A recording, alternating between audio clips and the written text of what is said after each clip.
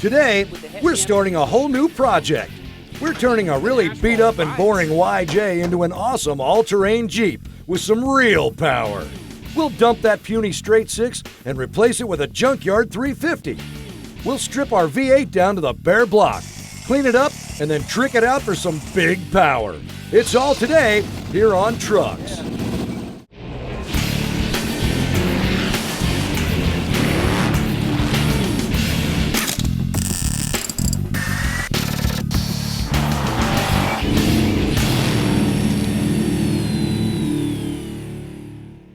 Hey, welcome to Trucks. The year is 1987, the first year of Jeep's new YJ series, and what most hardcore Jeep guys refer to as the yuppie Jeep. It was lower, wider, used unproven parts, and for most it appeared that Jeep had lost track of its off-road routes with a heavy emphasis on street performance.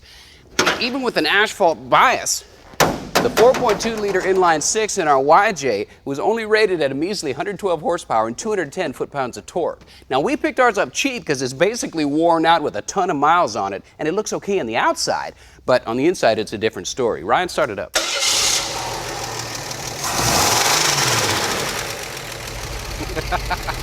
Kill it. Man, that thing is shot. So our mission here is quite simply to redeem this infamous chapter in Jeep's history by getting rid of that engine and getting this vehicle up in the air where it belongs. And that will make it a capable off-road vehicle and something that looks cool and remains street legal. Now, a re-ring kit for that anemic straight six is actually going to cost you more than one for a small block V8 because there's simply not that many people rebuilding them. But everyone makes a kit for a very popular upgrade for these Jeeps, Chevy 350. Now, we could throw down for a crate engine with all the money we saved buying that old worn-out tub, but we can do this build better and cheaper by doing what a lot of guys do, which is rebuild a junkyard engine and take the money left over, putting it into other parts. In order to get that V8 in here, we've got to get rid of this old motor.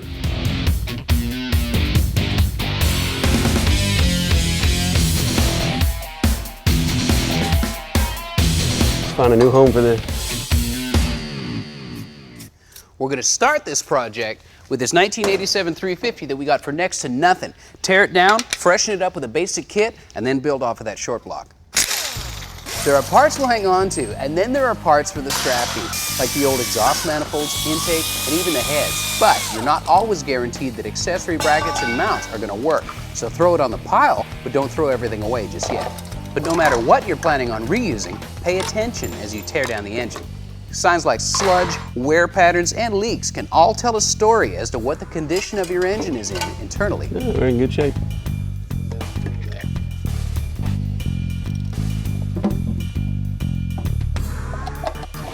We got lucky with our engine, having never seen the donor vehicle, and it looks like other than normal wear, our block's in good shape. But if you have the opportunity, check out the condition of the vehicle your parts came from. That can tell you a lot about the previous life of your motor.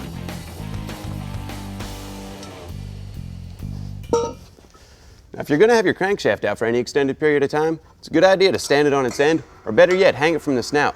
With it laying on its side, it can actually sag over time from the weight of its own journals.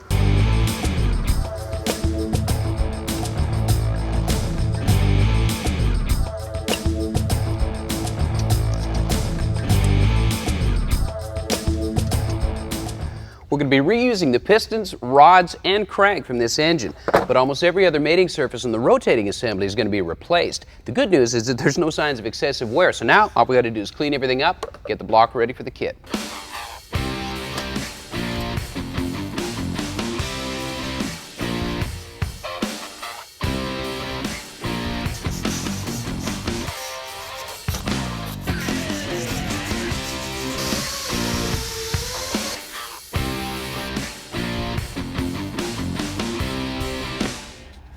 When you're cleaning up your pistons to reuse them, you can take the old rings, break them in half, and use these as a cleaning tool. Gets all that crud out of the ring groove.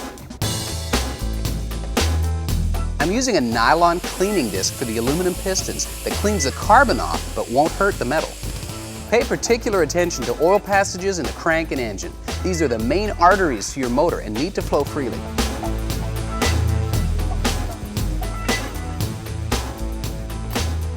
Now here's where we saved some money. We picked up this basic re-ring kit from Summit Racing for about $220. It comes with rings, bearings, gaskets, and seals. And now with our block in decent shape, we're going to be up in the 300 horse range pretty darn quick, which is going to be just fine for that old Jeep. Now this is going to give us a solid enough foundation with that short block to throw some more tricks at it. So we're going to throw this kit in right after the break. Stick around. When we come back, we'll get our short block put back together, then top it off with fuel injection. Hey, welcome back to Trucks. We are elbows deep into reviving this 350 cubic inch junkyard dog, getting it ready to set into that old 87 YJ, which needs a little resurrection itself. Now we're ready to finish out the short block and set it up for a new top end, and one that's going to be a lot better suited for off-roading, as well as some pretty serious street duty. We had zero ring ridge on the cylinder walls, but you still want to hone the block so you get a good seat and seal with your new piston rings. You never want to take things for granted like bearing tolerances, so we're going to throw our new bearings in place and torque the main caps down to measure the clearance with Plastigage. Plastigage is a simple wax strip of a certain thickness that you flatten by installing the caps. Then you remove the caps and check how wide the Plastigage was flattened to, which tells you the clearance. The Plastigage color we use is green, which measures from 1 to 3/1000 of an inch. Plastigage must be used dry, so make sure there's no oil present on the crank or bearings. Now replace the main caps and torque them to spec, in our case 65 foot-pounds. Then remove the cap and measure the crush of the Plastigage to find out your clearance. Ours is about 2/1000, and that's great for a reliable street engine. Set your thrust bearing and then measure your crankshaft end play. Too much end play can chew up the main and rod bearings and even cause connecting rods to break. Details like this don't take much time to check, and now's the time to do it. If you don't have a dial indicator, you can use a feeler gauge. Index or offset the gap on your piston rings to minimize excessive oil burn off. Then drop them into the cylinders using a thin film of oil and a dead blow hammer.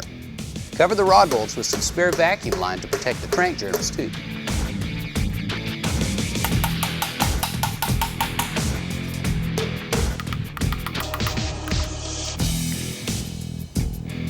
Our Edelbrock Performer Plus cam will give us good low to mid-range torque, and it will work great with the heads we're going to throw on this engine. The valve train gets its motivation from an Edelbrock double roller timing set, which is the line of communication between the crank and the cam. This is another area where cheaper is not better, so go with the best quality parts you can afford. We'll install ours straight up with Loctite on the bolts to hold things together.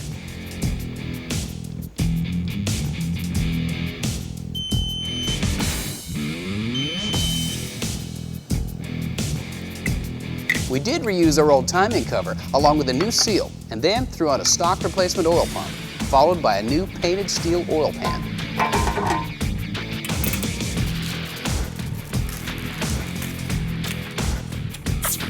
Is there a real advantage to painting your engine block? Technically speaking, no, not really, but sure does look better when you pop the hood.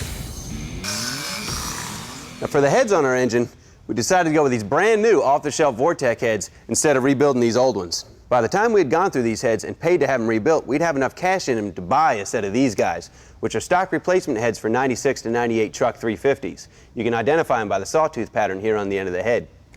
They feature 64cc combustion chambers with 194 intake and 150 exhaust valves and can handle valve lift in the 420 to 430 range. These things will perform great, be super reliable, and only set us back about $300 each. Before you install them, use a rotary tool or even a file to knock back this sharp edge created by the milling process. That'll prevent any hot spots from getting in the combustion chamber. Our Vortec heads are dropped onto new gaskets and get a new set of bolts to hold them down. Now when it comes time for fuel delivery, you've got lots of options. You can always go carbureted and get yourself up and running a little faster and a little cheaper, but let's face it, a carburetor is just not as efficient as a fuel injection system. Fuel efficiency means fuel economy, and the way gas prices are, that's something to consider. But that's not the biggest reason we want to go with this ProFlow fuel injection system on our YJ. When we're off-roading and we're going up a steep incline, we just don't have to worry about fuel starvation issues. Ours comes as a turnkey kit, especially designed for a 350 engine, with its own plug-and-play harness, ECM, controller, fuel pump, all the connections and sensors you need, but the best thing is that it requires no laptop tuning to get your vehicle up and running. The ProFlow manifold is based on the proven Victor Jr. cast intake, with the same air gap that's engineered to help keep the fuel charge cool going into the engine. We'll drop in a Performance Distributor HEI unit from Davis Unified Ignition. All right, now we're going to clean up our valve covers and throw them on here along with some front drive accessories, as well as deal with this fuel line. But when we come back from the break, we're going to show you what this fuel-injected 350 is going to hook up to get the power to the ground. After the break, we'll marry our reborn small block to its new tranny and show you how to drop a Chevy drivetrain into a YJ. Stick around. Hey, welcome back to Trucks. If you're just joining us, we've stripped the shame out of this 87 YJ and we're well on our way to redeeming its embarrassing reputation as a mall crawler. So far, we've gotten our fuel-injected transplant ready to make some power, but what we're not going to do is mate this engine to the stock transmission. Instead, we're going to use this remand unit we got from a local auto parts store, only set us back about 800 bucks. Now obviously these components are made for each other, so bolting them together is a no-brainer. And since it's a whole lot easier to do with the engine out, you definitely want to consider replacing some accessories like your starter, water pump, and belts with new parts before you drop it down in the frame rails. YJs didn't come with GM drivetrains, but there has to be a way to bolt up the new engine and tranny, as well as for the new transmission to see the transfer case. Well, four-wheel drive hardware had everything we needed with this swap kit that covers 87 through 95 YJs that are going to receive a 4.3-liter V6 or a small block V8 like ours. It comes with new engine mounting brackets, heavy-duty hardware and isolators, and a brand new aluminum radiator with an electric cooling fan and its own recovery jug. Coated headers, transmission mount with urethane isolators, and this transfer case adapter. The adapter bolts right in behind the Turbo 350 four-wheel drive tranny. The next order of business is to remove the stock motor mounts and pedestals to make room for the two-piece V8 conversion mounts.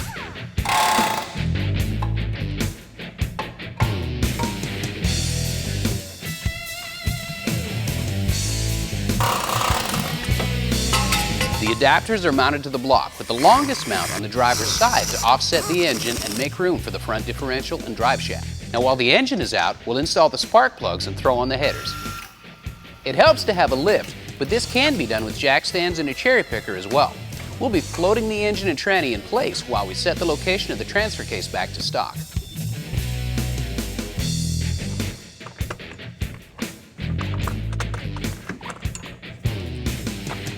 The new mount goes in place on the adapter. Then you can use your skid plate as a guide for setting the location of the mounting holes.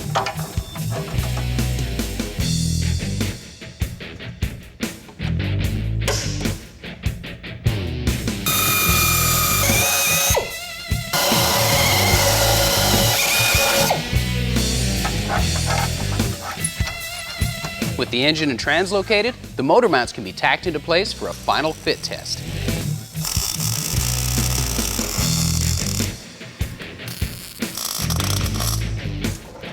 You can use the stock drive shafts to double check alignment and transmission placement, but this kit is well engineered and everything drops into place.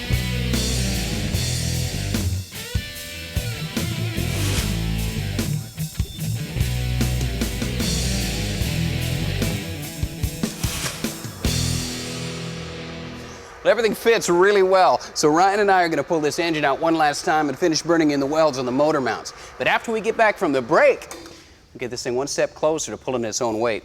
Stick around. Up next, it's time to wake up our old junkyard dog. Hey, welcome back to Trucks. We're bringing this beat-up 87 YJ back to life with a healthy injected 350. And we got a few other plans up our sleeve for this Jeep before we're done with it, but you're going to have to keep watching to see how that turns out. For now, we got some plumbing and wiring to take care of, and we can hear this baby roar. Now with our engine back in place and sporting our new ProFlow manifold, we need to think about getting fuel up front. So we're going to tap into our YJ's existing fuel lines for a couple of reasons. They're the right size, they're in good shape, and less time working in here means more time out playing in the dirt. This system won't exceed 50 pounds of fuel pressure, so we'll just flare the factory steel lines and use the pressure-rated hose that comes with the kit to make our connections.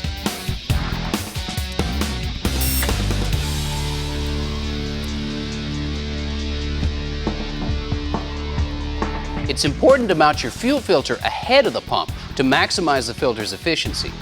And route your lines away from exhaust systems, linkages, and any moving suspension parts. This system needs the correct fuel volume, so we're using 3/8 ID line to the left fuel rail. But it also needs the right pressure, which is regulated here on the right side rail, and any excessive pressure is just bled back off and goes back to the tank. You can run your harness through the firewall anywhere you want, but we wanted to keep the factory heater box where it belongs, so we'll make our bulkhead passage right underneath the main factory wiring grommet on the driver's side. The ProFlow ECU can be calibrated to your engine size and cam specs. Just fill out the forms and send in your engine information, and they'll send you back a custom chip with a tune especially for your engine. Mount up the inside portion of your harness out of the way and away from your foot pedals. Then it's just a matter of plugging in the other side of the harness to the engine sensors.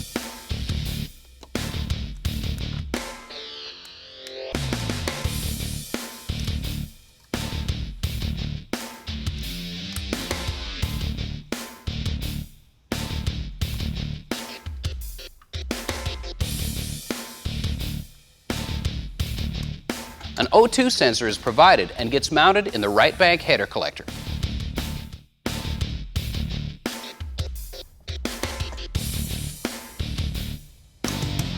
Cool, let's fire this thing up. Hate when that happens. Starter connection is good. Uh-huh. Oh, here we go, loose ground. Really? That should do it. All right, let's try this thing again.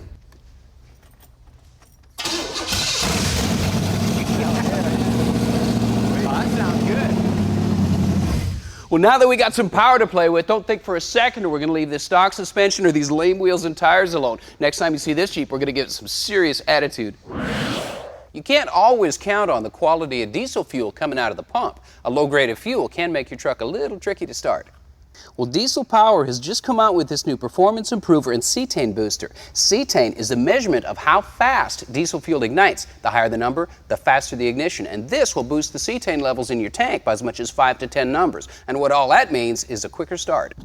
Now, Diesel Power also makes this new anti-gel and fuel treatment. And I know from personal experience that when diesel fuel gels in your system, it can cost a lot of time and a lot of money to repair. And this stuff eliminates the water in your fuel and will keep you out of trouble in a cold climate.